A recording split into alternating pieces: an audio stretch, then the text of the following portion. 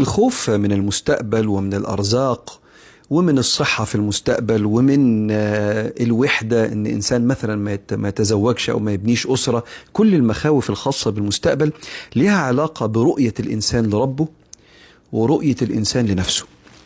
وكل ما تتعرف على الله كل ما تحس بالأمان معاه وتسلم نفسك لحسن تدبير الله سبحانه وتعالى. عشان كده عايز حضراتكم تسمعوا شرح كتاب التنوير في إسقاط التدبير لابن عطاء الله السكندري، وكنا شرحنا أجزاء منه السنة اللي فاتت في خاطرة الفجر، فبأدعو حضراتكم لسماع هذا الشرح أو حتى سماع شرح هذا الكتاب لأي عالم من علمائنا ومشايخنا، لأن الكتاب ده بيتكلم عن الترقية في مراتب الثقة في حسن تدبير ربنا لأحوالنا ومستقبلنا، وده كتاب مهم جدا يا جماعة. الشيء الثاني اللي ليه علاقة بالتعرف على الله هو كثرة الذكر.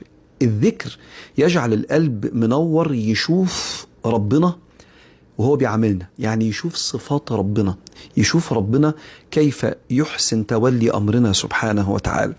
القلب لما بيذكر كتير، والإنسان بيبقى عنده أوراد، بالذات أذكار الصباح والمساء ولا إله إلا الله والصلاة على النبي عليه الصلاة والسلام والاستغفار، كأن القلب بيتشال من عليه الحجب اللي بتخليه محجوب عن رؤية ربنا سبحانه وتعالى.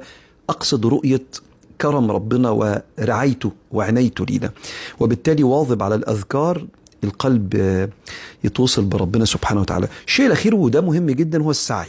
الإنسان بيثق في نفسه لما يبقى عامل اللي عليه، وبيبقى عنده شيء من الهزة في الثقة في النفس لما يبقى باصص في المراية كده وشايف إنه مقصر، يحس إنه هو لا يستحق التوفيق.